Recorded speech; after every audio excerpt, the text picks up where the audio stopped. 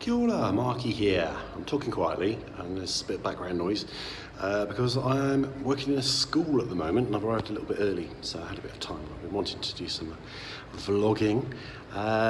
So yeah, I'm doing something called Mates and Dates, which is a program for teenagers, which is all about helping them avoid abusive relationships. Really good program, actually. I might do a video on that at some point.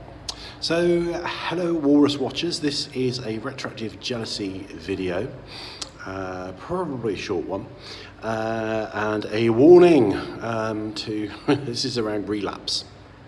Okay, so when you start to get better, because you will get better if you put all the work in, don't cut any corners.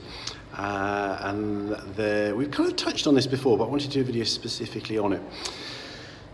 One of the things that happens is when you start to get a bit better, the thoughts, and I've done another video talking about what recovery is like, is you still get some of the thoughts, but they won't have the same sting.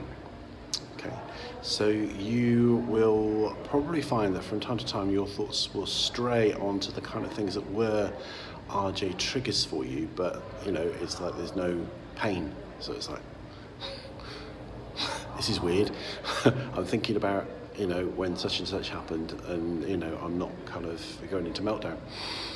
So the danger is, because we are ruminative people, I think by nature, we are thinkers, we are ruminators, we're people that chew the cud and think things through and, you know, go round and round in circles in our thinking. The danger is to think, okay, well, you know, that didn't hurt too much, so, you know, I'll contemplate that a little bit more. It's okay, I can start to think about this kind of thing. And that's when it can all come back.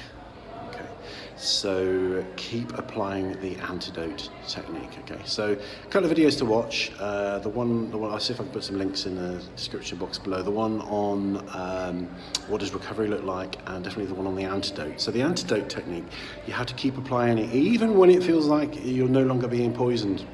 Okay, and that's the tricky thing, because you know it's like a kind of a, you know, it's a sneaky beast, retroactive jealousy, and it will creep back into your life. So if you allow yourself to ruminate, even though, you know, there's no distress, there's no anxiety, there's no jealousy, it seems okay to think about these things.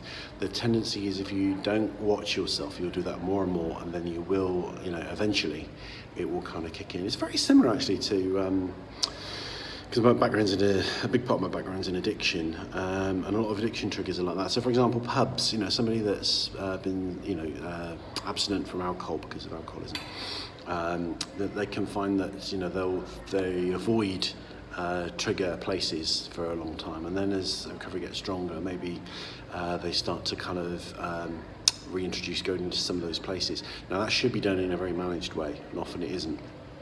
And one of the phrases that people use is, if you hang around the hairdressers long enough, it's only a matter of time before you get a haircut. So what happens is, you know, people will go back to pubs and then, oh, this is okay, it's okay, day 1 is okay, day 2 is okay, day 3 is okay, day 4 is okay. You know, the actual relapse might not occur till, you know, months down the line, but it, you know, in a way it started on the first day that they went back into the pub. And that's what it's like with this, really. You start to think the thoughts, even though everything seems okay, everything seems fine, you're not getting triggered. Beware, be very, very wary, and apply the antidote techniques. The antidote techniques, the other one to watch. I'll see if I can put some links below. So that's the bell, that's my call to action. So this is my last year of, my last lesson with teenagers this year. Wish me luck, and I will be back in touch with another video soon. Rangimarie.